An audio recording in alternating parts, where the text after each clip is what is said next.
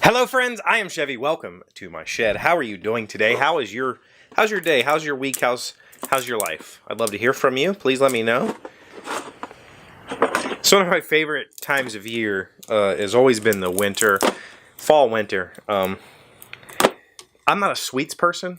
Like, I don't really like sugar all that much. Like, I don't like cake and ice cream and chocolate and all that. I'll eat it. Like, sometimes I like it, but for the most part, it's not something that I crave.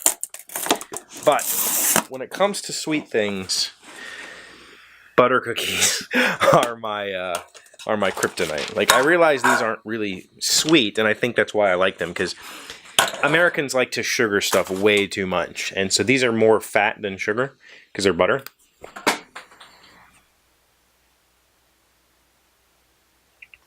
And they're perfect with tea. So, you know, and I think I can get them year round, but I don't know. Something about this time of year when they just show up, I love them. Today is a good day for me. I got Keely here. Keely stayed with me last night. I don't know if I told you that. Keely and Alina were both here yesterday. Alina's staying at a friend's house tonight, and Keely's here tonight. So it's good. This week has been productive. I've made quite a bit of headway on the software. I think I'm officially over, well, I'm not over Skyrim, but I have beaten the Skyrim addiction. You know, I don't want to play it for 8 hours nonstop anymore. I still want to play it. I'm still definitely interested in it. I'm just not, I'm not willing to sit and play it for hours and hours and hours and hours and hours and hours and hours. So here we are.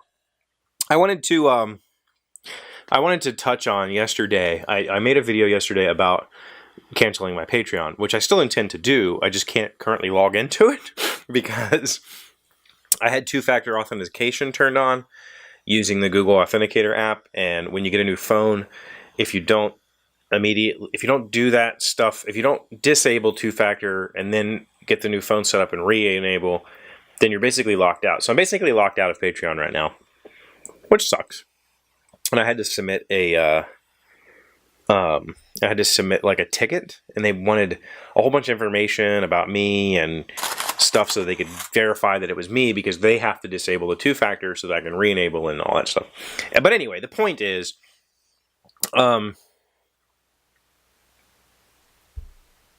everybody has said that they really don't feel like they don't donate on Patreon because they want something extra. They donate because they feel that what I'm doing is already valuable and they want me to, you know. So I hear it. Like, I thank you. Thank you so much to everybody who commented. It really makes me feel good to know that you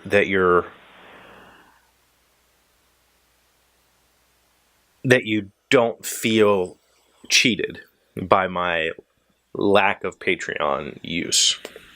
It makes me feel good. It makes me feel special to know that you are interested in continuing to contribute, and I'll consider that. Maybe when I can actually log into it, I'll just cancel the higher pledges and just leave the $1 pledge up. And if you feel like donating more, I think you can choose to give more. But that way I don't feel icky about it. Because I feel icky about it. And this new Patreon thing has made me really go, well, I should probably just stop that thing. I don't know. All right, put these away. We'll see. I don't know what I'm going to do. I started this video, I plan on saying I'm canceling it, but maybe we'll leave it up and just leave $1. Like, it's just a tip jar. And if you want to contribute, great.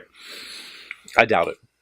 I'll probably take it down. If you want to contribute, I'll figure out something else that we can do. You know, I would much rather sell you a shirt or make something that I can sell and you support me that way than me just getting what I feel is free money. Speaking of free money, I want to take a moment to talk to you about the current surge of Bitcoin and cryptocurrency in general. And I've had quite a few people come to me as the like nerdy tech guy that they know and ask me a bunch of questions about it. And while I am versed in the different areas of cryptocurrency, I don't feel qualified to answer people when they say, should I buy Bitcoin? Because that's just like, it's a speculative market, right? It's like any market. It's like saying, should I buy X thing? Maybe. It just depends on how much you feel that could be worth. What I can tell you is that current valuation models say that Bitcoin will cap out by 2020, meaning that it will reach its maximum dollar value return. Essentially, the way Bitcoin is set up, there'll be a finite number of Bitcoins minted ever, and then it just stops. It can't mint more, and so the value will eventually soon will just kind of hit its peak, and that peak is roughly 4 times what it's worth right now, like say 60 grand, maybe 80. And so, if you want to quadruple your money, and you can stick it out for the long haul, and you think that Bitcoin is the one that's going to do it, then do it.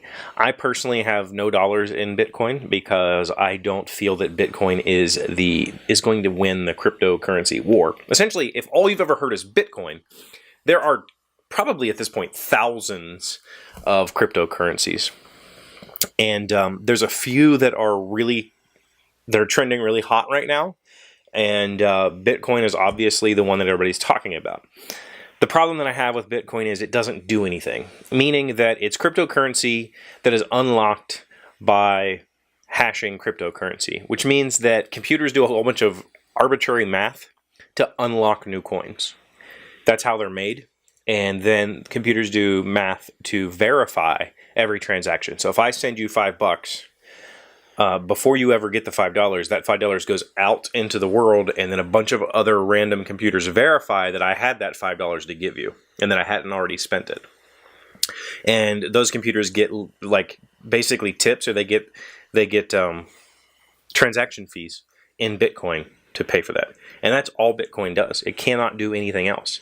Other blockchain technologies, if you've heard that term, a blockchain is essentially just a computing.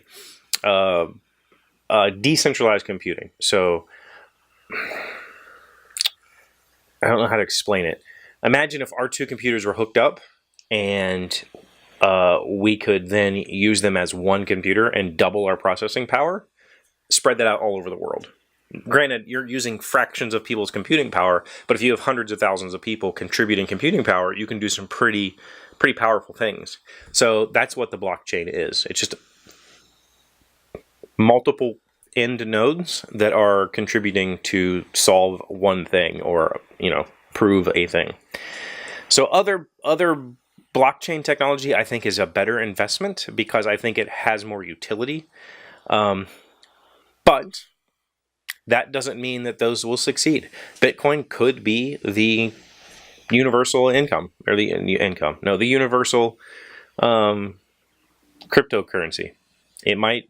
Who knows? It's all speculation at this point. I will tell you that I have no money in it. I have money in other cryptocurrencies, and I'll leave it up to you to determine if you want to put your money into the market. But yeah, that's the quick, dirty 30-second introduction to what I think about cryptocurrencies. If you want to know more, feel free to ask. I would prefer to talk in private about that sort of thing because I am not a financial advisor, and I am speculating just like everybody else. We can talk, and you can email me, and I'll respond if you really want to know more about Bitcoin or cryptocurrency in general, and you just don't know who else to ask. I'm here for you. I will always talk to you about anything you want to talk about. All of my contact details are always in the description. Email, Twitter, Instagram, phone number. You can call and leave me a voicemail. All that stuff is always... You can send me a letter. Postcards. Remember, we still do this postcard thing.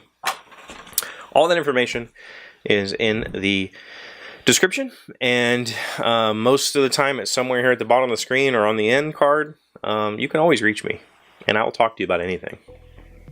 Thank you for being here. Thank you for being my friends. I'm going to stop eating cookies and go eat pizza with Keely and play video games. Probably Skyrim. I'll see you on Monday. Hey, Doc, wait! I want to ask you something. Today's random fact comes from NASA. How fast is the Earth rotation in miles per hour? The circumference of the Earth at the equator is 25,000 miles. The Earth rotates in about 24 hours. Therefore, if you were to hang above the surface of the Earth at the equator without moving, you would see 25,000 miles pass by in 24 hours at a speed of just over 1,000 miles per hour.